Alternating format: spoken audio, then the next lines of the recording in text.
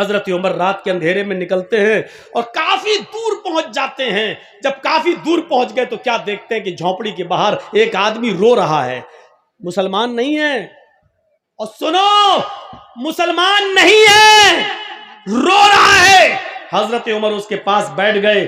کیا ہوا بھائی تمہیں, کیوں رو رہے ہو اتنی رات میں؟ اور سنو, بڑا زبردست واقعہ ہے, اور ہمارے پنچایت کرنے والے لوگ بھی سنیں. حضرت عمر کا فیصلہ دیکھیے کیسا تھا, سنیے. اس آدمی نے کہا, ارے جا یار, تو یہاں کے بیٹھ گیا, میرا دماغ ویسے ہی خراب ہے, تو اور خراب کرنے آ گیا. ارے سنو, تمہیں ٹینشن ہے, مجھے بھی ٹینشن ہے. دیکھیے حضرت عمر الٹا چلتے ہیں. تم بھی رات میں یہاں بیٹھے ہو, میں بھی رات میں آیا ہوں, چلو ایک کام کر رہے, تم اپنا درد بانٹو, ہم اپنا درد بانٹتے ہیں. اب اس نے سوچا چلو یہ بھی پریشان ہے, میں بھی پریشان ہوں, رات میں اتنی رات میں کون نکلتا ہے. تو دو پریشان ایک جگہ بیٹھ گئے. حالانکہ حضرت عمر پریشان نہیں تھے, لیکن اس کی پریشانی جاننے کے لیے پریشان بن گئے. اس نے کہا بھائی, حضرت عمر نے کہا بتاؤ کیا بات ہے. اس نے کہا میرے بھائی, جب تم نے مجھے بھائی کہہ دیا تو سنو, اس جھونپڑی میں میری بیوی رہتی ہے, ہم دونوں بہت خوشی خوشی رہتے ہیں. میری بیوی مجھ سے بے انتہا پیار کرتی ہے, لیکن ہم غریب انسان ہیں. اسی گاؤں سے تھوڑی دوری پر ایک دوسرا گاؤں ہے, اس گاؤں سے ایک آدمی آتا ہے, طاقتور ہے, ہینڈسم ہے, خوبصورت ہے, طاقتور ہے, اور وہ جیسی آتا ہے وہ سیدھے میری جھونپڑی میں گھستا ہے, مجھے کان پکڑ کے باہر نکال دیتا ہے. میری بیوی بڑی خوبصورت ہے, اس کے بعد وہ مجھے باہر بٹھا دیتا ہے اور میری بیوی کے ساتھ زبردستی زنا کرتا ہے. میری بیوی کے نہ چاہنے کے باوجود بھی وہ اس کو مجبور کر دیتا ہے اور وہ اس کے ساتھ زنا کرتا ہے. حضرت عمر فاروق نے پوچھا, اچھا اتنی بڑی بات, اچھا یہ بتاؤ کیا وہ ابھی ہے؟ کہا نہیں. تو آیا اور چلا گیا. میں کچھ بھی نہیں کر پاتا ہوں, اپنی بیوی کی کوئی مدد نہیں کر پاتا. اچھا تو یہ بتاؤ اب وہ کب آئے گا؟ حضرت عمر نے جب یہ پوچھا کہ وہ کب آئے گا تو اس نے جواب دیا, ایک دن چھوڑ کر آتا ہے, یعنی آج وہ غلط کام کر کے گیا ہے, اب وہ کل نہیں آئے گا, پرسوں آئے گا. حضرت عمر فاروق نے کہا ٹھیک ہے, پرسوں میں آؤں گا اور تمہاری مدد کروں گا. اس نے کہا تو خود پریشان ہے, اپنی مدد تو کر نہیں پا رہا, میری مدد کیا کرے گا؟ ارے جا یار, تو کہہ رہا تھا میں پریشان ہوں.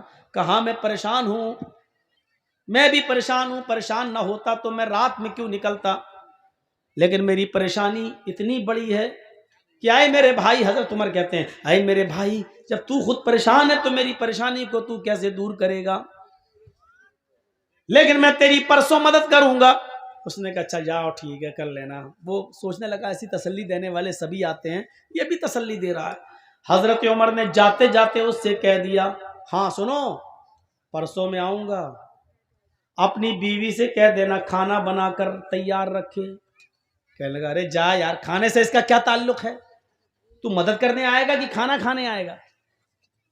حضرت عمر نے کہا دیکھو میں جو کہہ رہا ہوں وہ کرنا, کھانا بنا کر تیار رکھے, اور دوسری بات جب وہ آدمی تیرے گھر میں گھسے تو اپنی بیوی سے یہ کہہ دینا کہ آج سب کچھ رضامندی ظاہر کر دے, یعنی اس کے سامنے آج وہ ضد نہ کرے, بلکہ یہ کہے کہ ٹھیک ہے تم تو ہم سے روز ملنے آتے ہی ہو, اب ہمارے اور تمہارے درمیان تو کوئی چیز رہ نہیں گئی ہے, اب تمہیں جب آنا ہی ہے تو ہم دل کھول کر تم سے ملنا چاہتے ہیں, لیکن اندھیرے میں ملیں گے, اجالے میں نہیں, اس لیے چراغ بجھا دو. اچھا نہیں لگتا تمہاری بیوی یہ بولے اس سے کہ مجھے اچھا نہیں لگتا جب تم مجھ سے ہم بستری کرتے ہو, زنا کرتے ہو, تو مجھے اپنے پتی کے علاوہ دوسرے کا چہرہ دکھتا ہے تو پھر میں سپورٹ نہیں کر پاتی ہوں, اندھیرا رہے گا تو میں تمہیں سپورٹ کروں گی. اور یہ کہہ کر وہ چراغ بجھا دے, بقیہ کام میں سنبھال لوں گا. اب وہ سوچنے لگا کیا یہ سنبھالے گا اندھیرے میں, وہ دنیا بھر کی باتیں سوچنے لگا, لیکن اس نے سوچا چلو. حضرت عمر فاروق وقت سے پہلے آ گئے, دوسرے ایک دن چھوڑ کر دوسرے دن دیکھا جھونپڑی کے باہر وہ آدمی ٹہل رہا ہے. حضرت عمر فاروق نے کہا ٹھیک ہے میں آ گیا ہوں تمہاری مدد ہے, اس کو پتہ ہی نہیں کہ کیا کریں گے، جھونپڑی کے پیچھے چھپ جاتے ہیں اور اس آدمی سے کہتے ہیں کہ تم اپنی بیوی کے پاس جاؤ، وہ آئے گا تو تمہیں خود ہی کان پکڑ کے باہر نکالے گا۔ وہ آدمی اپنی بیوی کے پاس چلا جاتا ہے، رات تھوڑی اور اندھیری ہوتی ہے، حضرت عمر تھوڑی دور سے یہ منظر دیکھ رہے ہیں۔ تھوڑی دیر کے بعد وہ ایک آدمی کو آتے ہوئے دیکھتے ہیں، لیکن شکل نہیں سمجھ میں آتی ہے کہ کون ہے، اندھیرے کی وجہ سے۔ وہ آدمی آتا ہے سیدھے جھونپڑی میں گھس جاتا ہے اور اس آدمی کو یعنی اس کے شوہر کو جھونپڑی سے نکال کے باہر کر دیتا ہے۔ چلو، اور وہیں چلا گیا۔ سارے کام سمجھا چکے تھے۔ بیوی بولی ٹھیک ہے بھائی، اب تم تو آتے ہی ہو ہمارے پاس، اب ضد کرنے سے کیا فائدہ، ہمیں بھی کوئی فائدہ ملے گا نہیں، ہم بھی زندگی کے مزے لینا چاہتے ہیں۔ ایک کام کرو، جب تم ہمارے ساتھ ملتے ہو روشنی میں، تمہارا چہرہ جب آتا ہے تو پتی کی جگہ جب میں تمہیں دیکھتی ہوں تو میں ڈر جاتی ہوں، ایک کام کرو چراغ بجھا دو اور اس کے بعد ہم سے ملو، پھر دیکھو ہم تمہیں کتنا خوش کرتے ہیں۔ اس نے کہا چلو، اب اپنے آپ ہی تیار ہو گئی ہے۔ چراغ بجھا دیا۔ جیسے ہی چراغ بجھتا ہے، حضرت عمر فاروق زیادہ لیٹ نہیں ہوتے ہیں، کیونکہ اگر لیٹ ہوں گے تو کہیں زنا کاری نہ ہو جائے، اس کو بھی بچانا ہے، اس کی بیوی کو اس زنا سے بچانا ہے۔ جیسے ہی چراغ بجھتا ہے، حضرت عمر جھونپڑی کے اندر گھس جاتے ہیں۔ اب ڈر تھا، جھونپڑی کے اندر گھسنے کے بعد یہ ڈر تھا کہ میں اپنی تلوار چلاؤں تو اندھیرے کی وجہ سے کہیں تلوار خطا نہ کر جائے، زناکار کے بجائے کہیں اس آدمی کی بیوی کی گردن پر تلوار نہ چل جائے، اس لیے اس آواز کی طرف جانا تھا جو مرد کی آواز ہو۔ حضرت عمر نے کہا کون؟ وہ سمجھا کہ اس کا شوہر آ گیا، وہ سمجھا کہ اس کا شوہر آ گیا۔ ابھی تو چراغ بجھا، ابھی تو کچھ ہوا ہی نہیں، تو اندر گھس گیا۔ حضرت عمر نے فوراً اس آواز کی طرف لپکے، سمجھ گئے کہ یہ آواز کہاں سے آ رہی ہے، فوراً لپکے اور اس کے بڑے بڑے بال جو تھے، جیسے اس کے سر کو پکڑا تو اس کے بڑے بڑے بال حضرت عمر فاروق کے ہاتھ میں آ گئے۔ اب بڑے بال سے پھر شک میں پڑ گئے، کہیں یہ اس عورت کے بال تو نہیں ہیں، کیونکہ آدمی کے بھی بال بڑے تھے۔ تو اب یہ ڈر پیدا ہوا کہ کہیں یہ بال مروڑا اس کو، اب اس کی منہ سے پھر نکلوانا چاہ رہے ہیں کچھ بات۔ اس نے کہا ابے کیا کر رہا، ابے کیا کر، سمجھ گئے کہ یہ مرد ہی ہے، آدمی ہی ہے۔ حضرت عمر فاروق نے فوراً تلوار اس کی گردن کے اوپر چلا دی اور اس کو قتل کر دیا۔ گردن ایک طرف پڑی ہوئی ہے اور دھڑ ایک طرف پڑا ہوا ہے، اور جلدی کہا میری بہن جلدی سے چراغ جلاؤ۔ چراغ جلایا، چراغ جیسی جلا، روشنی ہوئی، گردن ایک طرف دیکھی، دھڑ ایک طرف دیکھا، نظریں آسمان پہ ڈالتے حضرت عمر اور کہتے ہیں الحمدللہ رب العالمین، میری بہن کھانا بنا کر رکھا تھا کہ نہیں؟ اس نے کہا جی بھائی کھانا ہے۔ فرمایا جلدی لاؤ۔ کھانا دسترخوان پر لگ جاتا ہے، اس آدمی کی کھوپڑی پڑی ہوئی ہے، خون پڑا ہوا ہے، اور وہیں پر بیٹھ کر حضرت عمر پیٹ بھر کے کھانا کھاتے ہیں، پیٹ بھر کے کھانا کھاتے ہیں۔ وہ آدمی بار بار دیکھ رہا ہے لاش کے پاس بیٹھ کے کھانا کھا رہا ہے، اور جب کھانا کھا چکے تو چلنے لگے۔ اس آدمی نے پیچھے سے پکڑا، بھیا کہاں جا رہے ہو؟ کہا جا رہا ہوں اپنے گھر۔ یہ لاش؟ کہا لاش کیا، اس کا تو کام ہو گیا۔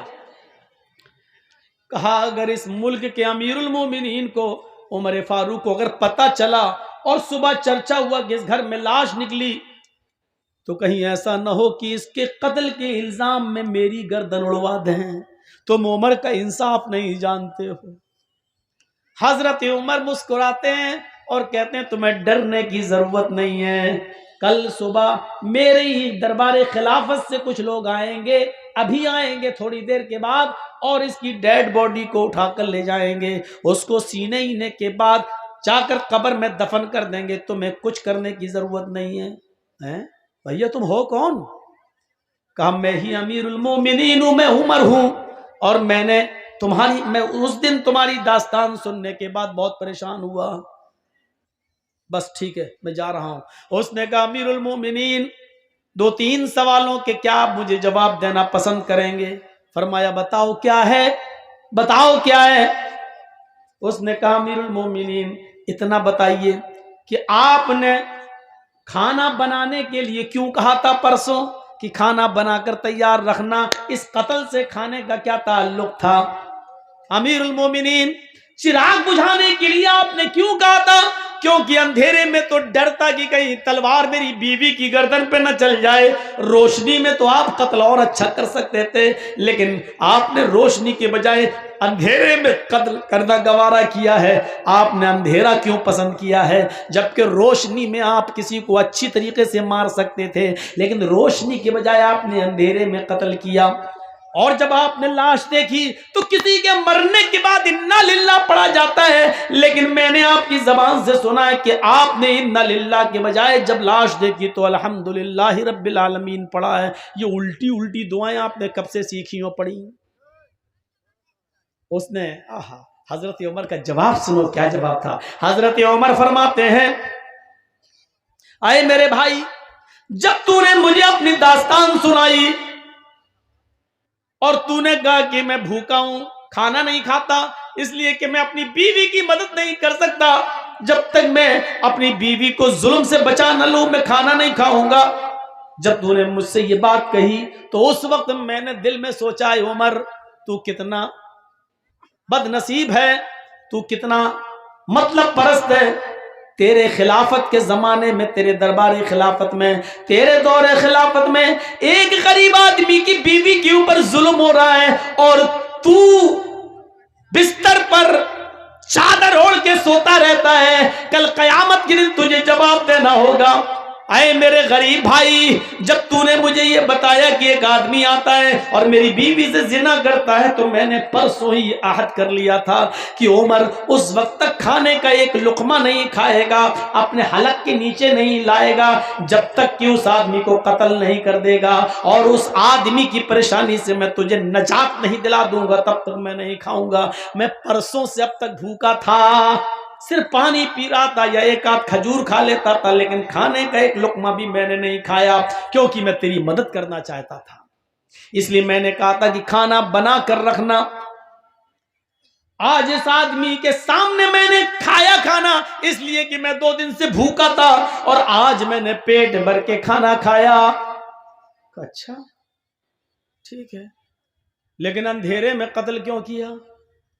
کہا جب تو نے مجھے بتایا ایک آدمی آتا ہے، ہٹا کھٹا ہے، ہینڈسم ہے، تندرست ہے، اور وہ میری بیوی سے زنا کرتا ہے، تو میرے دل میں یہ خیال آیا، اے عمر، ہٹا کھٹا نوجوان کوئی آتا اور اس کی بیوی سے زنا کرتا ہے، اس کو معلوم ہے کہ عمر کی حکومت ہے اور عمر بہت زبردست انصاف کرتے ہیں، اس کے باوجود اس کو ڈر نہیں کہیں ایسا تو نہیں کہ وہ عمر کا بیٹا ہو یا عمر کا بھتیجا ہو یا عمر کا کوئی رشتہ دار ہو۔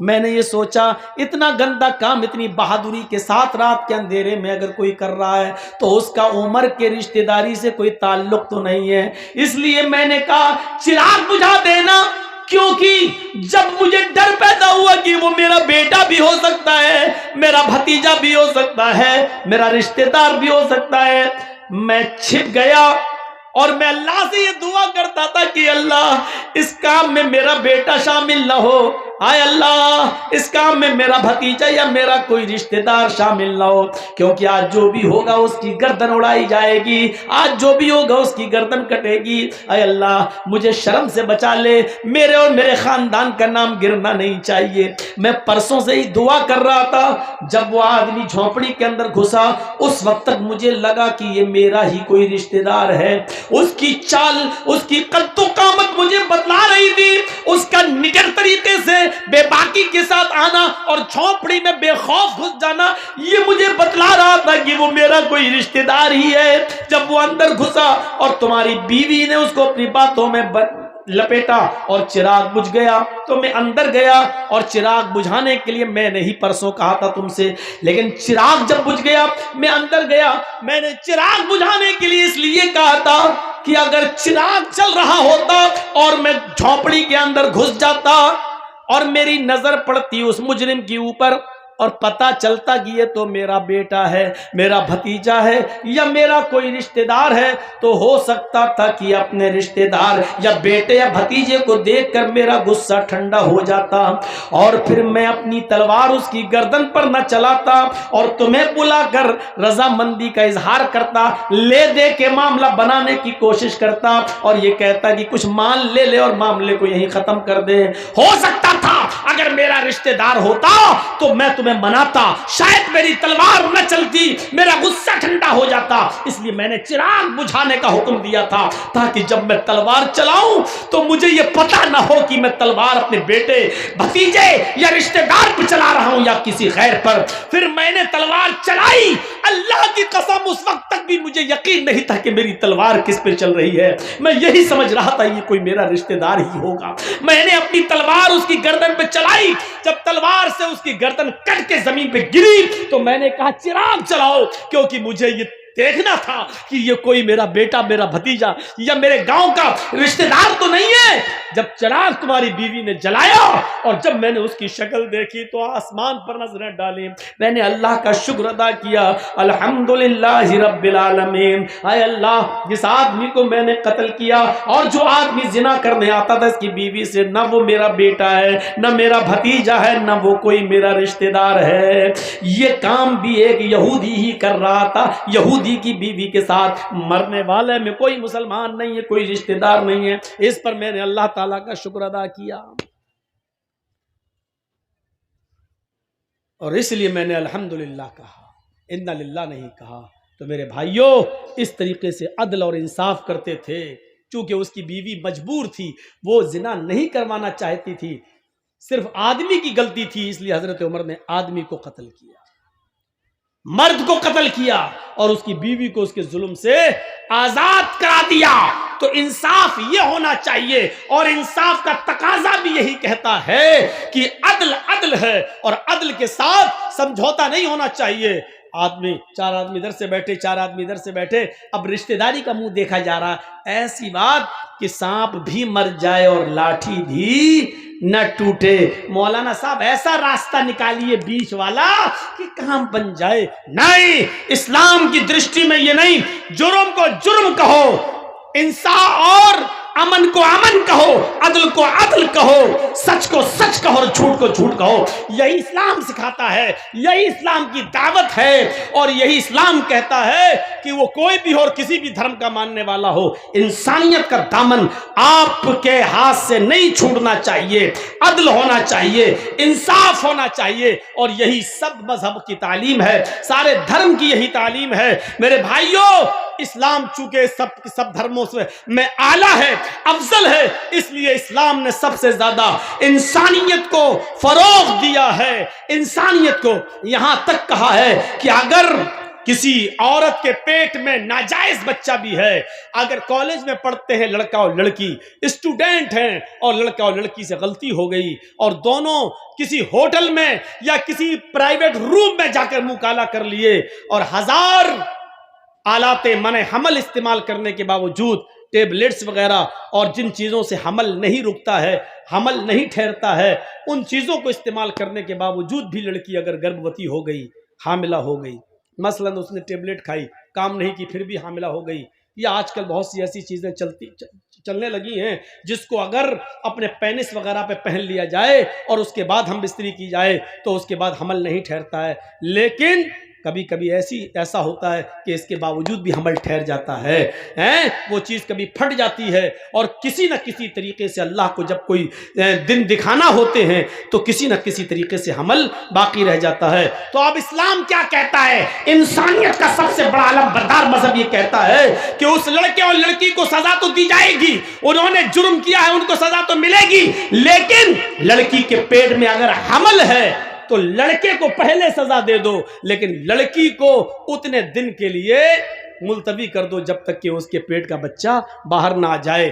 اگر پیٹ کا بچہ اس عورت کا یا لڑکی کا دودھ پیتا ہے تو اس کے بعد بھی اس کی سزا کو ابھی ملتوی کر دو جب تک کہ وہ بچہ روٹی نہ کھانے لگے اور دودھ پی رہا ہے، اور جب دودھ چھوڑ دے اور روٹی کھانے لگے تب اس عورت کو مارا جائے گا، قتل کیا جائے گا۔ لیکن ہاں اتنا یاد رکھیے، اگر شادی سے پہلے یہ جرم لڑکی نے کیا ہے، شادی سے پہلے تو 100 کوڑے اس لڑکی کو مارے جائیں گے، لیکن آپ کو ڈر ہے کہ 100 کوڑے ماریں گے لڑکی مر جائے گی، اور لڑکی جب مرے گی تو پیٹ کا بچہ بھی مر جائے گا، تو پھر 100 کوڑے بھی چھوڑ دیے جائیں گے، ابھی نہیں مارا جائے گا جب تک کہ اس لڑکی کے پیٹ سے وہ بچہ پیدا نہ ہو جائے۔ اسلام یہ کہتا ہے کہ غلطی لڑکے نے کی ہے، لڑکی نے کی ہے، پیٹ میں پلنے والے اس معصوم بچے کا قصور نہیں ہے، لہٰذا اس کو اس دنیا میں آنے کا حق ہے، اس کو اس دنیا میں جینے کا حق ہے، اس کو اس دنیا میں پنپنے کا حق ہے، اس کو اس دنیا میں آنکھیں کھول کر پیدا ہونے کا حق ہے، اور نماز پڑھنے کا حق ہے، روزہ رکھنے کا حق ہے، اگرچہ اس کا باپ ناجائز ہے، اس کی ماں ناجائز ہے، لیکن جب وہ بچہ باہر پیدا ہوگا تو اس کی نماز جائز مانی جائے گی، اس کے روزے جائز مانے جائیں گے، اور وہ جب شادی کرے گا تو اس کا نکاح جائز مانا جائے گا۔ میرے بھائیوں، یہ اسلام کسی معصوم کو سزا نہیں دیتا ہے، کسی ایسے شخص کو جس کا کوئی قصور ہی نہ ہو اس کو سزا نہیں دیتا ہے۔ یہ ہمیں اور آپ کو انصاف سے کام لینا چاہیے کہ انسانیت، اسلام اپنی جگہ پر ہے، انسانیت اپنی جگہ پر ہے، آپ مرڈر نہیں کر سکتے ہیں انصاف کا، خون نہیں کر سکتے ہیں انصاف کا۔ ایک شخص اللہ کے نبی کے پاس آئے، دونوں مقدمہ لے کر آئے، ایک کہتا اللہ کے نبی یہ زمین میری ہے، دوسرا کہتا اللہ کے رسول یہ زمین میری ہے، یہ زمین میری، یہ زمین میری۔ تھوڑا سا شور نہیں۔ اللہ کے رسول نے کہا بھائی دونوں صحابی، اللہ کے نبی نے کہا بھائی زمین تو کسی ایک کی ہوگی، اور وہ دونوں دعوے کر رہے ہیں، اچھا ایک بات بتائیے کسی چیز پر ہم 2 دعوے کریں تو ایک ہی کا تو ہوگا دونوں میں سے۔ اللہ کے نبی نے کہا کہ بھائی دونوں میں سے کسی ایک کا ہے، اب کوئی ماننے کے لیے تیار ہی نہیں، ہر ایک کہہ رہا ہے یہ میری، یہ میری۔ تو اللہ کے نبی نے کہا میرے پاس کیوں آئے ہو؟ کہا آپ سے سچا فیصلہ کرانے۔ اللہ کے نبی صلی اللہ علیہ وسلم نے فرمایا کہ تم دونوں اپنی باتیں رکھو، بھائی ایک طرفہ بات سن کر کبھی فیصلہ مت کرنا۔ اللہ کے نبی نے دونوں کو بلایا، دونوں کی گفتگو سنی، لیکن اب دونوں میں بڑا عجیب مسئلہ ہے۔ بھیا بیٹھ جاؤ، راجیو گاندھی، او مودی صاحب کے بیٹے بیٹھ جاؤ۔ دونوں کی گفتگو میں ایک اور پیچ پھنس گیا۔ کبھی کبھی ایسا بھی ہوتا ہے، آپ کے سامنے بھی ایسا ہو سکتا ہے، جو پنچ ہوں فیصلہ کرتے ہوں وہ سنیں۔ اللہ کے رسول کے سامنے پیچ یہ پھنس گیا، ایک بیچارہ کم بولنے والا ہے، ایک زیادہ بولنے والا ہے۔ جو کم بولنے والا ہے وہ بات کر ہی نہیں پا رہا ہے، یہ زمین میری، ہم نے فلاں سے خریدا تھا، یہ وہ، بیچارہ وہ بول ہی نہیں پا رہا صحیح سے، اور دوسرا بڑ بڑ کرتا چلا جا رہا ہے اور اپنی بات کو بڑی اچھی طریقے سے رکھ رہا ہے۔ اب بڑے شک اللہ کے نبی بڑے اس میں پھنس گئے، یہ بیچارہ بات کر ہی نہیں پا رہا اور یہ بڑبڑ کرتا چلا جا رہا ہے۔ دونوں میں بالکل ایک تو ایسا سمجھو جیسے مودی جی چپ ہوتے ہی نہیں، بڑبڑ بولتے چلے جاتے ہیں۔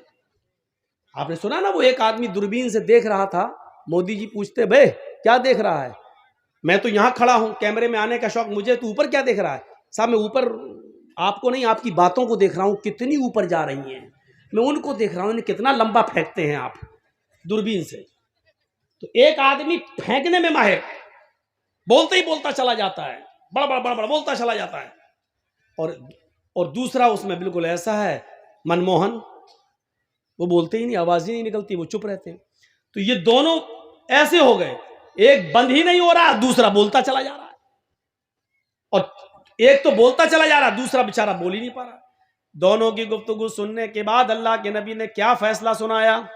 سنو، تم نے اپنی بات اچھی طریقے سے پیش کی، تم اپنی بات اچھی طریقے سے پیش نہیں کر سکے، لیکن فیصلہ سنیے کیا کہا، ہو سکتا ہے کہ سچے تم ہو، یعنی کم بولنے والے سے کہا ہو سکتا ہے کہ سچے تم ہو، لیکن اپنی بات اچھی طریقے سے مجھے سمجھا نہیں پا رہے ہو، اپنی دلیل اپنی طریقے سے میرے سامنے پیش نہیں کر سکے ہو، اور ہو سکتا ہے یہ زیادہ بولنے والا یہ جھوٹا ہو، لیکن اپنے جھوٹ کو اپنی چرب زبانی کی وجہ سے اس نے اچھی طریقے سے ہمیں پیش کر دیا ہو، اس لیے میرا فیصلہ جو ہوگا مانو گے؟ دونوں نے کہا اللہ کے رسول ہم آپ کا فیصلہ مانیں گے۔ آپ نے کہا یہ زمین میں اس کو دے رہا ہوں جو زیادہ بول رہا ہے، اس نے اپنی بات ہمیں سمجھا دی ہے، اس کی بات ہمارے سمجھ میں آ رہی ہے، لیکن ہو سکتا ہے کہ مجھ سے غلطی ہو رہی ہو سکتا ہے یہ غلط ہو، کیونکہ مجھے معلوم نہیں, ہم تو اس کی باتیں سن کر اور اس کی مضبوط دلیل دیکھ کر اس کے حق میں فیصلہ کر رہے ہیں. جاؤ یہ زمین تمہاری. وہ اٹھ کے جانے لگا. دوسرے نے کہا اللہ کے رسول ٹھیک ہے آپ نے اس کو دے دیا, ہم نے مان لیا آپ کا فیصلہ سر آنکھوں پر. جب وہ اٹھ کے جانے لگا جس کو زمین کا ٹکڑا دیا تو آپ نے کہا سنو, یہ زمین کا ٹکڑا لے کر جا تو رہے ہو, یہ فیصلہ میں نے تمہارے حق میں تو کر دیا ہے, لیکن تمہارا دل اچھی طریقے سے اندر سے جانتا ہے اس زمین کے مالک تم ہو یا نہیں. یہ اچھی طریقے سے تم جانتے ہو, کیونکہ میں نے تو تمہاری باتیں سن کر فیصلہ کیا ہے, لیکن حقیقت میں اگر یہ زمین تمہاری نہیں ہے اور تمہیں اچھی طریقے سے معلوم ہے یہ زمین کس کی ہے, اگر یہ زمین تمہاری نہیں ہے تو میں تمہیں زمین نہیں دے رہا ہوں, فَإِنَّمَا هِيَ قِطْعَةٌ مِّنَ النَّارِ, میں تمہیں جہنم کا ٹکڑا دے رہا ہوں. یہ سوچ کے یہاں سے جائیے کہ محمد نے تمہیں زمین نہیں دی, اگر یہ زمین تمہاری نہیں تو جہنم کا ٹکڑا میں نے تمہیں دیا ہے. رہو گے تو جہنم میں, کھاؤ گے تو جہنم میں, پیو گے تو جہنم میں, سو گے تو جہنم میں, اگر اسی زمین میں مرے تو مرو گے جہنم میں. اب یہ سوچ کر یہاں سے جاؤ, کیونکہ ہمیں اور تمہیں سب کو قیامت کے دن حساب و کتاب دینا ہے. اتنا کہنا تھا اللہ کے رسول کا. ادھر سے وہ چیخنے لگا, اے اللہ کے رسول یہ زمین میری نہیں ہے اس کی ہے, یہ زمین میری نہیں ہے اسی بھائی کی, اس کو دے دو. اب اس نے جب یہ سنا کہ وہ جہنم کا ٹکڑا تو یہ بھی چیخ پڑا, اے اللہ کے رسول یہ جھوٹ بول رہا ہے, یہ میری نہیں اس کی, اسی کو دے دو. ابھی دونوں کہہ رہے تھے میری ہے, لیکن دونوں نے سوچا کہ اب کیا پتہ نہیں ہو سکتا میری نہ. دوسرا بھی سوچنے لگا ایسا نہ ہو کہ مجھے تو میرے باپ دادا سے ملی چلی آ رہی ہے, ہو سکتا ہے میرے دادا نے کسی کی زمین پہ قبضہ کیا ہو. تو دوسرا بھی ڈر گیا, کہنے لگا اللہ کے رسول یہ جھوٹ بول رہا ہے, نہیں میری نہیں اسی کی, اسی کو دے دو. اللہ کے نبی نے کہا ابھی تو دونوں کہہ رہے تھے میری میری میری, اب کیا ہوا؟ دونوں کہتے میری نہیں. بھاگ گئے, جانے لگے. آپ نے کہا سنو میں کیا کروں؟ کہا ہم نہیں لے رہے ہیں. دونوں نے مل کر وہ زمین اللہ کے رسول صلی اللہ علیہ وسلم کو دے دی کہ اللہ کے رسول ٹھیک ہے ہم دونوں مل کر آپ کو دے رہے ہیں, آپ اسلام کے کام میں لے آئیے. آج تک پتہ نہیں چل سکا کہ اس زمین کا اصلی مالک کون تھا, لیکن دونوں نے وہ زمین محمد رسول اللہ کو, ایک انچ زمین پر اپنے بھائیوں سے لڑنے والوں, جھگڑنے والوں, زندگی بھر کے لیے رشتے اور ناطے توڑنے والوں, سوچو. اور دوسروں کی زمین پر قبضہ اگر تم نے کیا ہے, چاہے ایک بالشت ہی کیا ہو, آپ کا دل جانتا ہے کہ آپ نے جائز طریقے سے لی کہ ناجائز طریقے سے. اگر وہ ناجائز طریقے سے لی ہے تو آپ جہنم میں رہ رہے ہو, اتنا یاد رکھیں. وہ جہنم کا ٹکڑا ہے, جنت نہیں ہے. وہ جہنم کا ٹکڑا ہے جو 7 زمینوں کا طوق بنا کر تمہارے گلے میں قیامت کے دن ڈالا جائے گا. اور اس حدیث سے یہ بھی پتا چلا کہ پنچایت میں فیصلہ کیسا ہوتا تھا. دلیلیں دونوں طرف سے سنی جاتی تھیں, اور دونوں طرف سے سننے کے بعد فیصلہ دلیلوں کی بنیاد پر کیا جاتا تھا. کیا پنچایتوں میں آج ایسا فیصلہ ہو رہا ہے؟ دونوں طرف سے بات سن کر کیا عدل و انصاف کی روشنی میں, دلیلوں کی روشنی میں کیا فیصلہ ہوتا ہے؟ سپوز دیٹ, فرض کر لیجئے, آپ کے اس گاؤں کا کیا نام ہے؟ گودا سیمن. چلیے فرض کر لیجئے گودا سیمن کی کسی لڑکی کو کوئی لڑکا لے کر بھاگ گیا. ایک مثال دے رہا ہوں میں. فرض کر لیجئے ایک لڑکا لڑکی کو لے کے بھاگ گیا.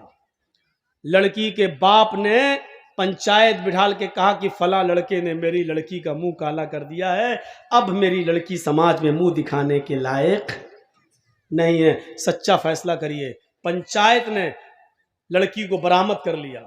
لڑکا لڑکی دونوں آ گئے, لڑکے کے گھر والے بھی بیٹھے ہیں اور لڑکی کے گھر والے بھی بیٹھے ہیں. اب پنچایت کا کام کیا ہونا چاہیے؟ پنچوں کا کام یہ ہونا چاہیے کہ یہ دیکھیں لڑکا لڑکی کو لے کے بھاگا یا لڑکی لڑکے کو لے کے بھاگی.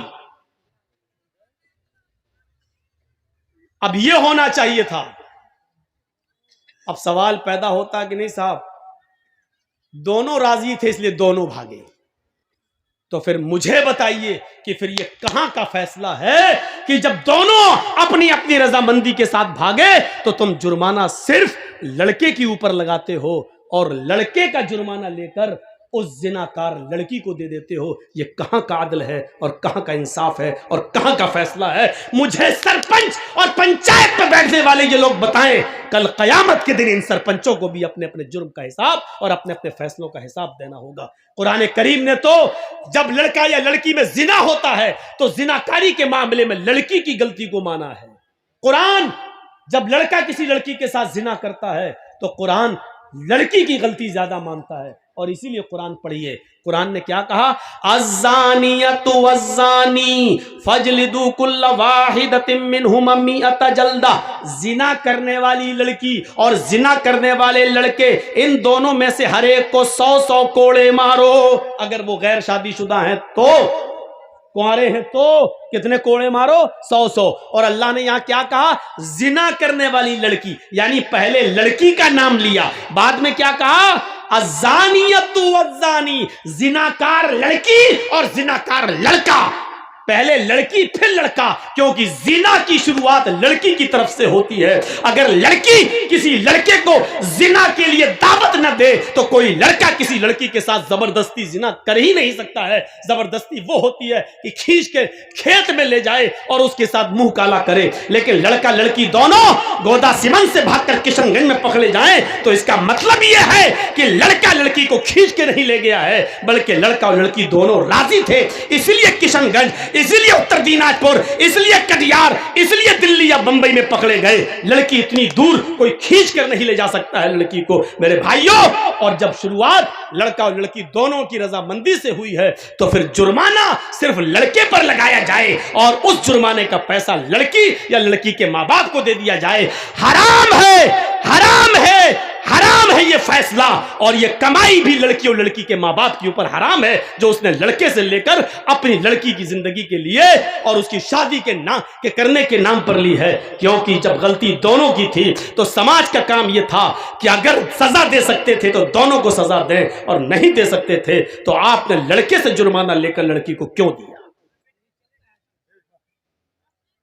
چلتا ہے تبھی تو بولے. آپ کی پرمیشن کی ضرورت تھوڑی تھی. لگتا ہے کہ اس کے اوپر بیتی ہوئی ہے, ہمیں ایسے ہی لگ رہا ہے. اس کے اوپر بیتی ہوگی یا اس کے کسی بھائی یا کسی کے اوپر تو بہرحال بیتی ہے. ایک آدمی ہم سے بولا, مولانا میاں بیوی کے حقوق پہ بولیے گا. ہم نے کہا میں سمجھ گیا, اس کا مطلب وہ اپنی بیوی سے بہت پریشان ہے.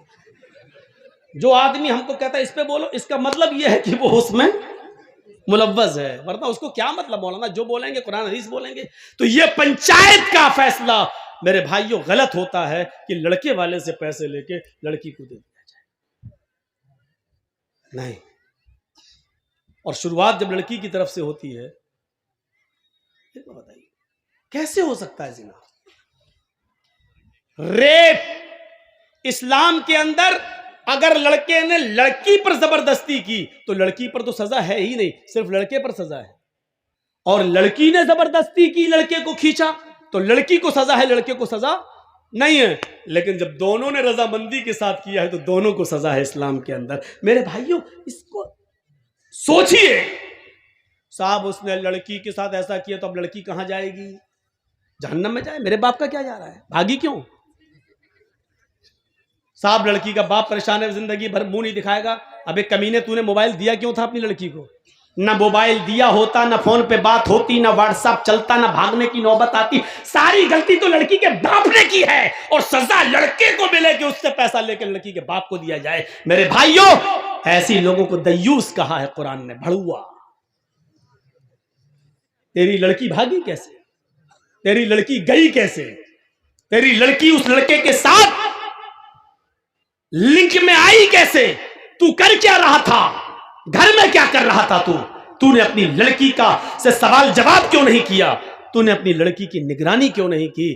اس لڑکی کی نوبت لڑکے تک پہنچنے کی کیسے آئی ہے؟ کیا باپ کی غلطی نہیں ہے؟ اگر ایسی جگہ پر پنچایت میں ہمیں بٹھایا جائے تو لڑکی کو 100 کوڑے مارنے کے ساتھ ساتھ 20 کوڑے باپ کو بھی مرواؤں. تیری تربیت اچھی نہیں تھی اس لیے لڑکی بھاگی ہے, تو بھی مجرم ہے. زناکاری کے معاملے میں, ریپ کے معاملے میں لڑکیوں کا کردار آگے جا رہا ہے. میرے بھائیوں سماج کے لوگوں کو چاہیے کہ صرف ایک طرفہ سزا نہ سنائی جائے, ایک طرفہ سزا نہ سنائی جائے. صاحب لڑکے کا کیا گیا ہے, لڑکے کی تو شادی ہو جائے گی، میری لڑکی پہ تو داغ لگ گیا ہے، یہ نہیں چلے گا، لڑکی پہ داغ لگ گیا ہے، داغ لڑکی نے خود لگوایا ہے۔ میں مانتا ہوں لڑکے کی بھی غلطی ہے، لیکن سزا ملنی ہے تو دونوں کو ملنی چاہیے تھی، لیکن سزا آپ دونوں کو کہاں دے رہے ہیں؟ لڑکا لڑکی کو لے کے بھاگا، دونوں اپنی اپنی مرضی سے بھاگے، دونوں اپنی اپنی مرضی سے گئے، پنچایت فیصلہ سناتی ہے 2 لاکھ روپے لڑکا لڑکی کو دے گا۔ بس صاحب یہ کہاں کا انصاف ہے؟ یہ کہاں کا نیائے ہے؟ یہ چیز غلط ہے۔ حضرت عمر کے فیصلے اسی قسم کے ہوا کرتے تھے کہ وہ کسی کو شکایت کا موقع نہیں دیا کرتے تھے، بلکہ اپنے اوپر، ہاں یقین نہیں آتا تو سنیے حضرت عمر کا ایک فیصلہ۔ ایک عمر فاروق کے ملک شام کے اندر ایک یہودی بچہ تھا، چھوٹا سا بچہ تھا، 13-14 سال اس کی عمر تھی، گھوڑا دوڑانے میں بڑا ماہر تھا۔ اسی بستی کے اندر عامر ابن عاص تھے، حضرت عامر ابن عاص کو گورنر بنا کر بھیجا گیا تھا۔ عامر ابن عاص کے بیٹے نے کہا کہ کوئی گھوڑا مجھ سے آگے اور تیز دوڑا کر دکھلائے۔ اس بچے نے چیلنج قبول کر لیا کہ میں آپ سے اچھا گھوڑا دوڑا لیتا ہوں۔ عامر ابن عاص کے بیٹے نے کہا چاؤ دوڑاؤ، دونوں اپنے اپنے گھوڑے کو دوڑانے لگے۔ گھوڑا بچے کا، یہودی بچے کا گھوڑا آگے نکل جاتا ہے، عامر ابن عاص کے بیٹے کا گھوڑا پیچھے رہ جاتا ہے۔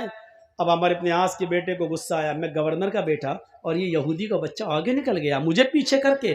جب گھوڑے پہ سے اترتا ہے عامر ابن عاص کا بیٹا تو اس نے اس یہودی بچے کو ایک زوردار تھپڑ مار دیا چہرے پر، تاڑ۔ اس یہودی بچے نے کہا آپ نے مجھے بنا غلطی کے مارا ہے، جب شرط تھی تم نکلو یا میں آگے نکلوں، جب میں آگے نکل گیا تو آپ نے مجھے بغیر غلطی کے کیسے مار دیا ہے؟ میں آپ کی شکایت عامر ابن عاص سے کروں گا، اس ملک کے شام کے گورنر سے کروں گا۔ بس، اور سنو ادھر دیکھو، جب اس نے یہ کہا کہ میں آپ کی شکایت گورنر سے کروں گا یہودی بچے نے، تو عامر ابن عاص کا بیٹا کیا بولا؟ ہاں جا جا جا کر لینا میرے باپ سے شکایت۔ عامر ابن عاص تو میرا باپ ہے، جس گورنر سے تو شکایت کرنے جا رہا ہے نا وہ تو میرا باپ ہے، میرا کوئی کچھ نہیں کر پائے گا، میں اس شہر کے گورنر کا بیٹا ہوں۔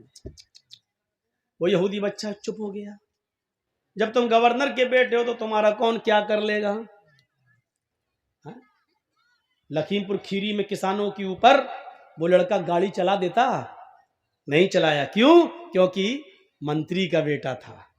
جب اس کو اس بات کا تکبر ہے کہ میں منتری کا بیٹا ہوں، میرا کوئی کچھ نہیں کر پائے گا، تبھی تو اس نے گاڑی چلائی۔ یہی عامر ابن عاص کا بیٹا خاموش ہو گیا۔ اس نے کہا ٹھیک ہے۔ 1 مہینے کے بعد حضرت عمر ملک شام پہنچے۔ حضرت عمر دیکھتے تھے کس بستی میں کہاں کیا ہو رہا، وہاں کے لوگوں سے پوچھتے تھے کہ تمہارے یہاں سارے انتظام صحیح ہے، گورنر ٹھیک کام کر رہا کہ نہیں کر رہا۔ ہر ایک کی کلاس لی جاتی، جیسے یہاں ممتا دیدی آتی ہیں تو ہر ایم ایل اے کی کلاس لیتی ہیں، ہاں کیا تم صحیح کر رہے ہو، فلاں کر رہے ہو، تو وہ دورہ کرتی ہیں ہر چھیتر کا۔ ایسے ہی کوئی ڈانٹتی بھی ہے کسی کو، پھٹکارتی بھی ہے کسی کو، تو ایسی حضرت عمر دورہ کرتے تھے، دورہ شہروں کا، اور پوچھتے تھے کہ آپ کو جو گورنر دیا وہ صحیح کام کر رہا ہے کہ نہیں کر رہا ہے۔ جب اس بچے کو پتا چلا آج حضرت عمر آ رہے ہیں تو وہ بھی پہنچ گیا۔ جنتا دربار لگا، لوگوں نے اپنی اپنی شکایتیں کی، کسی کو کوئی شکایت ہی نہیں ملی۔ حضرت عمر نے فرمایا اس کا مطلب عامر ابن عاص تمہارے درمیان بالکل صحیح کام کر رہے ہیں، کسی کو کوئی شکایت نہیں ہے۔ سب نے کہا نہیں ہمیں کوئی شکایت نہیں ہے۔ پیچھے ایک بچہ بیٹھا تھا، ہاتھ جوڑ کے کھڑا ہو گیا، امیر المومنین مجھے شکایت ہے۔ ادھر آؤ بیٹا، ادھر آؤ۔ یہ نہیں کہا کہ سارے لوگوں کو شکایت نہیں، تجھے شکایت ہے۔ ہمارے یہاں یہی تو ہوتا ہے نا، سب خاموش، تو ہی بول رہا ہے، چپ ہٹ، اے بیٹا ادھر آؤ، ادھر آؤ۔ اس کو چوما، اس کو بوسہ دیا، اس یہودی بچے کے ماتھے پر انہوں نے پیشانی پر بوسہ دیا، اس کو چوما اور اپنی گود میں بٹھا لیا۔ بیٹے ڈرنے کی ضرورت نہیں ہے، سچ بتاؤ تمہیں کیا پریشانی ہے؟ کہا امیر المومنین میں یہودی ہوں۔ کہا بیٹے مذہب نہیں پوچھ رہا ہوں تمہارا کیا ہے، تم صرف یہ بتاؤ کہ تمہیں پریشانی کیا ہے۔ کہا امیر المومنین عامر ابن عاص کا جو شہر کے گورنر، ان کا بیٹا میرے ساتھ گھوڑا دوڑا رہا تھا، کہنے لگا کون آگے نکلتا کون پیچھے، ہم نے گھوڑا دوڑانا شروع کر دیا، میرا گھوڑا آگے نکل گیا، ان کو غصہ آیا ان کے بیٹے کو، اور انہوں نے آ کر میرے ایک چہرے پر ایک زوردار تھپڑ مارا۔ تیری ہمت کیسے پڑی اپنے گھوڑے کو مجھ سے آگے نکالنے کی؟ امیر المومنین نے فرمایا بیٹے جب اس نے تمہارے گال پہ تھپڑ مارا تھا تو تم نے یہ شکایت عمرو ابن عاص سے کیوں نہیں کی، گورنر سے کیوں نہیں کی؟ کہا امیر المومنین میں گورنر سے شکایت کرنے آ رہا تھا، ان کا بیٹا کہنے لگا جا جا، گورنر میرا کیا کر لے گا، وہ تو میرا باپ ہے، میں تو اسی گورنر عمرو ابن عاص کا بیٹا ہوں، تجھے جہاں جانا ہو جا، میرا کوئی کچھ نہیں کر پائے گا، میرا باپ اس شہر کا گورنر ہے۔ حضرت عمر فاروق کی آنکھوں میں خون اتر آیا، کہا بیٹے اب تم اترو، ہماری گود سے اترو۔ حضرت عمر فاروق نے ایک ٹیڑھی نظر عمرو ابن عاص کی طرف ڈالی، اے عمر جب اللہ نے لوگوں کو آزاد پیدا کیا ہے تو تم کون ہوتے ہو کسی کو غلام بنا کر رکھنے والے؟ عمرو ابن عاص نے کہا امیر المومنین اس میں میری کیا غلطی ہے، نہ میرے بیٹے نے مجھے کچھ بتایا اور نہ اس یہودی بچے نے مجھے کچھ بتایا، آج یہ فرمان، آج یہ بات میں نے سنی ہے، اپنے بیٹے کو میں بلا رہا ہوں۔ بلایا، گھر سے بیٹا آیا، نکل گا، یہودی بچے کے سامنے بات ہوئی اور عمرو ابن عاص کے بیٹے نے اپنا جرم قبول کیا، جی ہم نے مارا۔ فرمایا کہ اب تمہیں بھی ایک تھپڑ مارا جائے گا، کہا ٹھیک ہے مارو، کہا اس یہودی بچے سے نہیں، کیوں؟ اس نے پوری طاقت سے مارا، اور بچہ بیچارہ کتنی طاقت سے مارے گا، پھر بھی بچے کی ہاتھ کی طاقت اور اس بڑے لڑکے کی طاقت میں فرق ہے، اس لیے میرا جلاد تمہارے لڑکے کو تھپڑ مارے گا، کہا ٹھیک ہے۔ جلاد سے کہا ایک تھپڑ زوردار عمرو ابن عاص کے بیٹے کو سب کے سامنے رسید کرو۔ اس جلاد نے پوری طاقت سے ایک تھپڑ بیٹے عمرو ابن عاص کے بیٹے کے چہرے پر تھپڑ رسید کر دیا، زوردار تھپڑ جڑ دیا، چلو ہٹو انصاف ہو گیا۔ حضرت عمر فاروق نے کہا بھی انصاف نہیں ہوا، اے عمرو ابن عاص اب تم ادھر آؤ۔ حضرت عمر ان کے قریب آئے، حضرت عمر نے جلاد سے کہا ایک تھپڑ اس گورنر کے چہرے پر بھی مارو۔ لوگوں نے کہا امیر المومنین یہ کیا ظلم ہو رہا ہے، جس نے تھپڑ مارا تھا اس کو سزا مل گئی ہے۔ فرمایا نہیں میں جو کہہ رہا ہوں وہ کرو۔ پھر حضرت عمر فاروق کے جلاد نے ایک تھپڑ عمرو ابن عاص کے گال پر بھی رسید کر دیا ہے، مار دیا زور سے۔ عمرو ابن عاص کی آنکھوں میں آنسو آ گئے، کیونکہ بھرے مجمع کے اندر ان کو جلاد نے تھپڑ مارا ہے، ایک انسلٹ سی محسوس کرتے ہیں، لیکن حضرت عمر کے حکم کے آگے کیا کر سکتے تھے۔ حضرت عمر فاروق سے پوچھنے لگے امیر المومنین ٹھیک ہے آپ کا فیصلہ سر آنکھوں پر، لیکن اتنا بتا دیجئے کہ مجھے کس جرم میں تھپڑ مارا گیا ہے، میرا قصور کیا ہے؟ آپ اگر یہ غلطی بتا دیں گے تو میں آئندہ اس غلطی کی اصلاح کر لوں گا، پھر میں وہ غلطی بار بار نہیں کروں گا۔ فرمایا اے عمرو ابن عاص تیری غلطی یہ ہے کہ تو نے اپنے بیٹے کو صحیح تعلیم نہیں دی، تو نے اپنے بیٹے کو صحیح تربیت نہیں دی۔ اگر تو نے اپنے بیٹے کو صحیح تعلیم دی ہوتی تو تیرا بیٹا یہ نہیں کہتا میں گورنر کا بیٹا ہوں، میرا کوئی کچھ نہیں کر پائے گا۔ تیرے بیٹے نے جب یہ کہا جا جا جہاں جانا ہو جا، میرا کوئی کچھ نہیں کر پائے گا، میں اس شہر کے گورنر کا بیٹا ہوں۔ یہ تھپڑ مارنے کی جرات تیرے بیٹے کو اس لیے ہوئی کیونکہ اس کو معلوم تھا کہ میرا باپ گورنر ہے۔ اب تیرا بیٹا کبھی کسی کو ناجائز تھپڑ نہیں مارے گا، کیونکہ اس کو معلوم ہو گیا کہ گورنر ہو یا عام آدمی، عمر کے ریاست میں اور عمر کی خلافت میں سب برابر ہیں، کوئی اونچا نہیں ہے کوئی نیچا نہیں ہے۔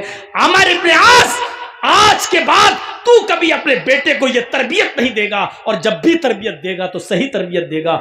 آج کے بعد تیرا بیٹا کبھی کسی کو یہ سوچ کر تھپڑ نہیں مارے گا کہ میں گورنر کا بیٹا ہوں۔ یہ اس لیے سزا تجھے بھی ملنی چاہیے تھی۔ میرے بھائیوں عدل تھا، انصاف تھا، اور ایسے ہی مہاتما گاندھی نے نہیں کہا تھا، ایسے ہی مہاتما گاندھی نے نہیں کہا تھا کہ اگر اس دیش میں خون خرابہ بند کرنا چاہتے ہو، اس دیش میں خون خرابہ روکنا چاہتے ہو تو حضرت عمر فاروق کے عدل اور عمر فاروق کے انصاف کو قائم کر دو۔ ایسے ہی نہیں کہا تھا، کچھ تو انہوں نے دیکھا ہوگا، عمر فاروق کا عدل، عمر فاروق کا انصاف، یہ انصاف تھا عمر فاروق کا، انسانیت تھی یہ۔ حضرت عمر فاروق کے اندر نہ امیر نہ غریب، خود انہوں نے اپنے بیٹے کو سزا دی۔ جانتے ہو اسی ملک شام کے اندر ان کا بیٹا رہتا تھا، اور اس نے کھجور کے سڑ جانے کے بعد جب وہ نبیذ بن گئی اور اس میں نشہ آ گیا تو حضرت عمر فاروق کے بیٹے نے وہ پی لیا تھا، اور پینے کے بعد ان کو نشہ آ گیا۔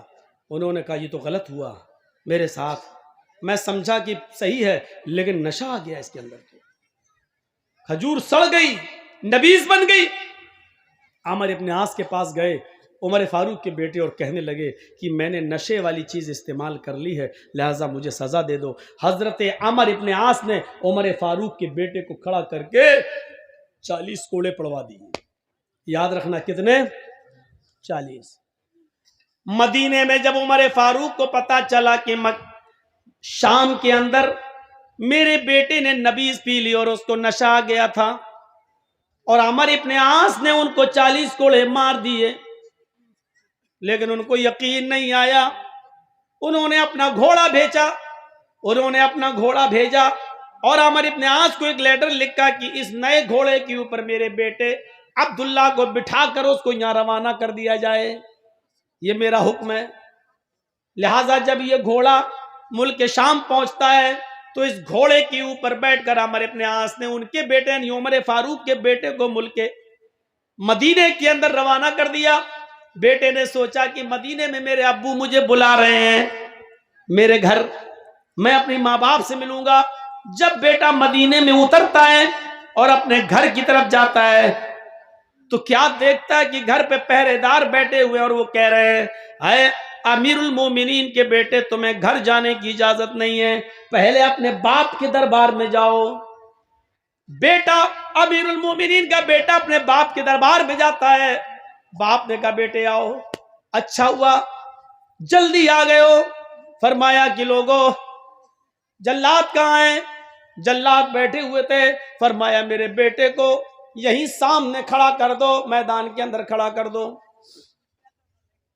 پھر کہا میرے بیٹے کو 40 کوڑے اب مارو، اور ایک جلاد 10 کوڑے مارے گا اور ہٹ جائے گا، پھر دوسرا جلاد آئے گا وہ 10 کوڑے مارے گا ہٹ جائے گا، پھر تیسرا جلاد آئے گا وہ 10 کوڑے مارے گا ہٹ جائے گا، پھر چوتھا جلاد آئے گا پھر وہ 10 کوڑے مارے گا اور پھر وہ بھی ہٹ جائے گا، کیونکہ زور زور سے کوڑے پڑیں گے تو ایک جلاد 10 کوڑے مارنے کے بعد تھک جائے گا، پھر وہ اتنی زور سے نہیں مار پائے گا جتنی زور سے مارنا چاہیے، اس لیے 10 کے بعد دوسرا مارے گا تاکہ کوڑوں کی سختی میں کمی نہ آنے پائے، اس کی شدت میں کمی نہ آنے پائے۔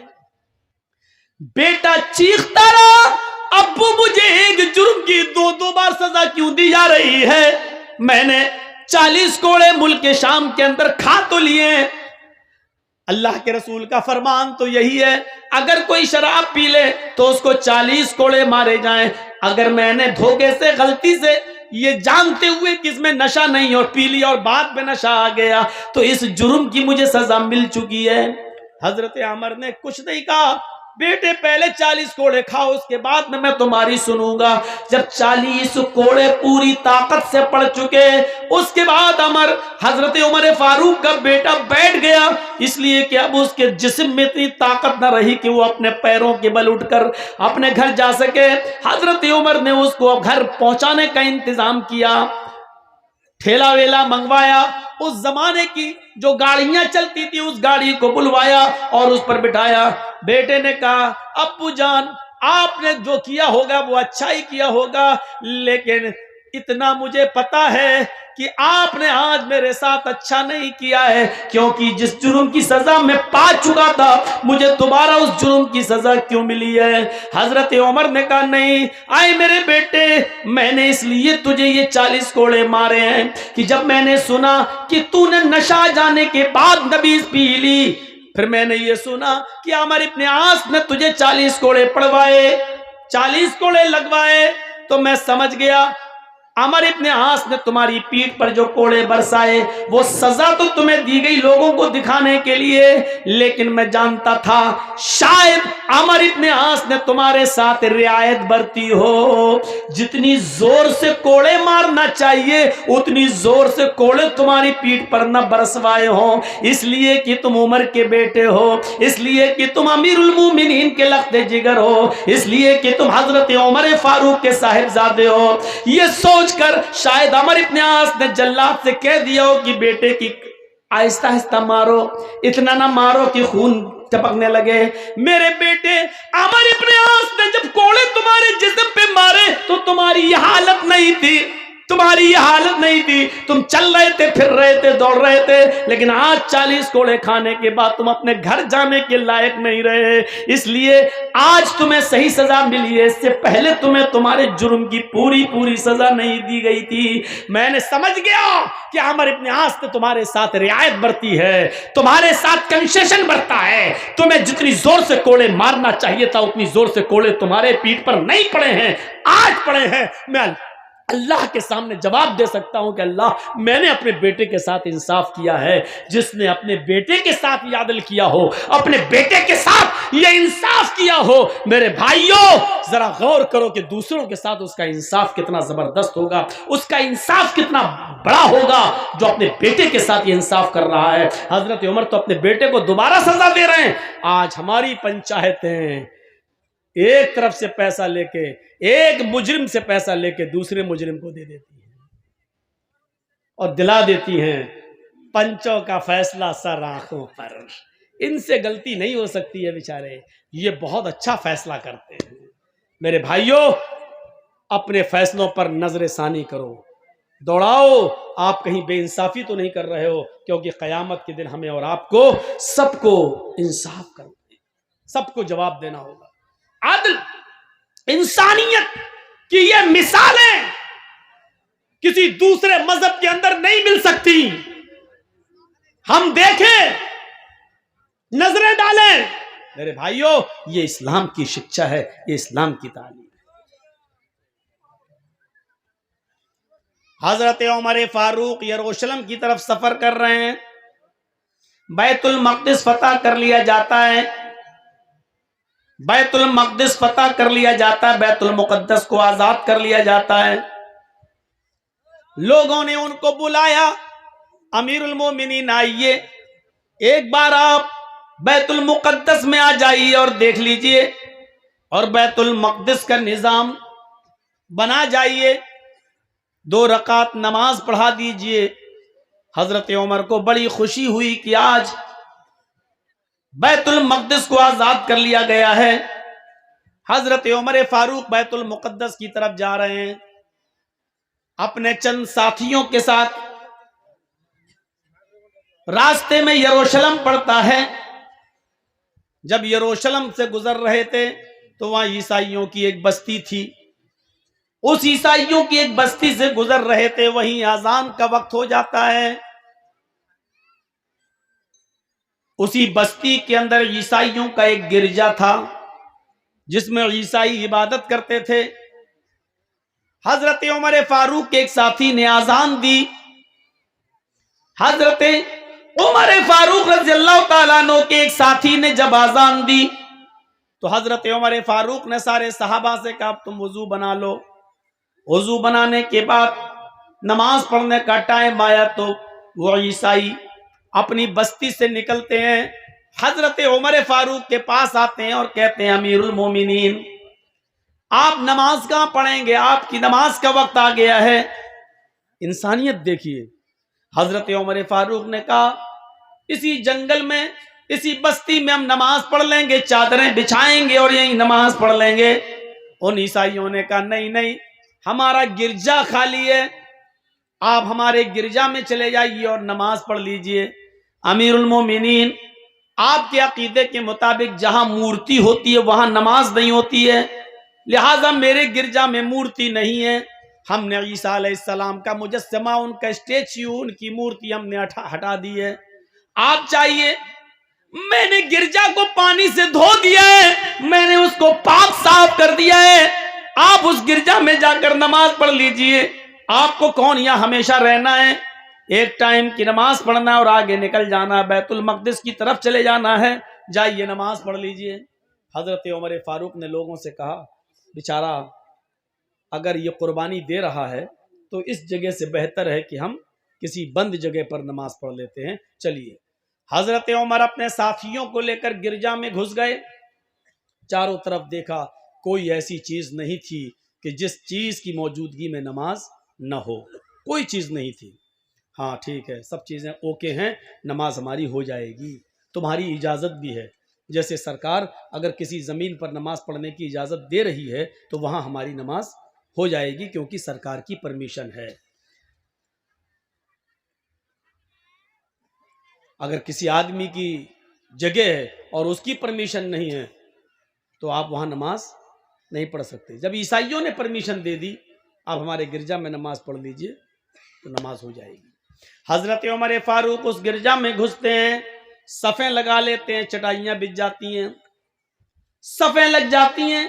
جب نماز پڑھانے کا وقت آتا ہے، اقامت کہی جاتی ہے، اللہ اکبر اللہ اکبر، اشہد ان لا الہ الا اللہ، اشہد ان محمد رسول اللہ، حی علی الصلاۃ حی علی الفلاح، قد قامت الصلاۃ قد قامت الصلاۃ، اللہ اکبر لا الہ الا اللہ۔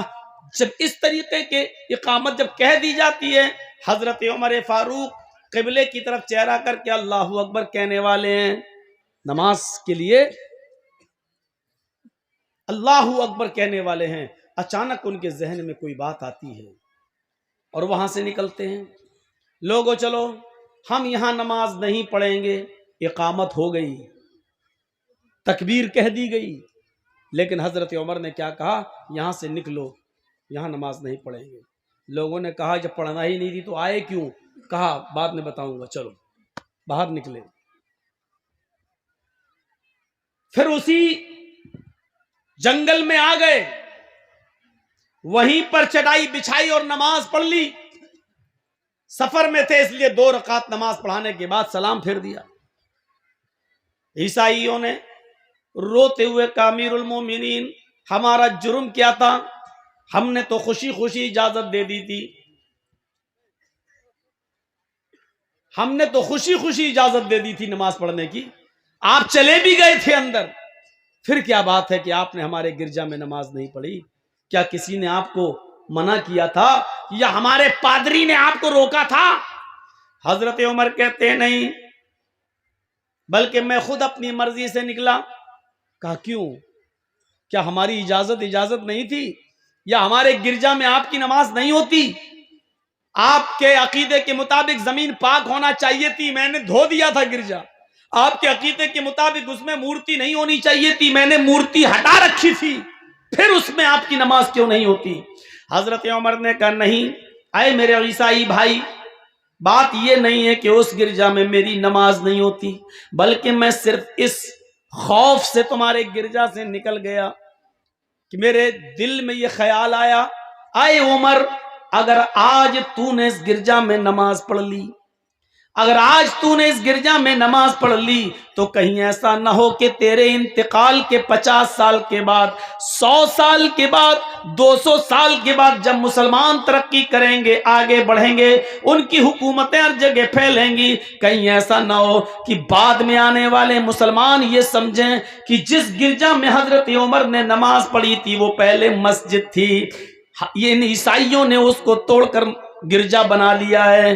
میں یہ سوچ کر نکل گیا کہ بعد میں آنے والے مسلمان کہیں میرے نماز پڑھ لینے کی وجہ سے، بعد میں آنے والے مسلمان کہیں تمہارے گرجا کو مسجد تصور نہ کرنے لگیں اور پھر تیش میں آ کر تمہارے گرجا کو توڑ کر اس جگہ اپنی مسجد نہ بنا لیں، اس لیے میں نکل گیا تاکہ لوگوں کو یہ بات یاد رہے کہ حضرت عمر نے اس گرجا میں اس لیے نماز نہیں پڑھی کیونکہ وہ گرجا تھا، اگر پڑھ لیتے تو بعد میں آنے والے لوگ کہیں اس پر مسجد کا دعویٰ نہ ٹھونک دیتے کہ عمر نے نماز پڑھی اس لیے مسجد تھی، بعد میں کہیں تمہارے گرجا کو توڑ نہ دیں۔ یعنی جب مسلمان چاروں طرف پھیل جائیں تب بھی حضرت عمر کو ڈر ہے کہ تمہارا گرجا گرجا ہی رہے گا، مسلمان ترقی چاہے کتنی کر لیں لیکن گرجا کو توڑا نہیں جا سکتا ہے، کسی مندر کو توڑا نہیں جا سکتا ہے، یہ اسلام کی دعوت، یہ اسلام کی تعلیم ہے۔ حضرت عمر نے کہا جب پوری بستی میں مسلمان ہی مسلمان ہو جائیں اور تم چند عیسائی رہ جاؤ اور اس وقت لوگ تمہاری گرجا کو توڑ دیں، یہ سوچ کر کے اس میں تو حضرت عمر نے نماز پڑھی تو یہ کتنی غلط بات ہوگی۔ میرے بھائیوں، انسانیت کا سبق دیا حضرت عمر فاروق نے، چاہتے تو نماز پڑھ لیتے لیکن انسانیت تھی، کہیں تمہارے گرجا کو بعد میں آنے والے مسلمان مسجد سمجھ کر توڑ نہ دیں اور وہاں مسجد نہ بنا لیں. اس لیے میرے بھائیوں یہ عقیدہ غلط ہے. کورٹ میں جو بھی فیصلہ ہو کسی بھی مسجد کے تعلق سے، لیکن یہ سچائی ہے کہ مسلمانوں نے کبھی کسی گرجا کو توڑ کر، مسلمانوں نے کبھی کسی مندر کو توڑ کر مسجد نہیں بنائی.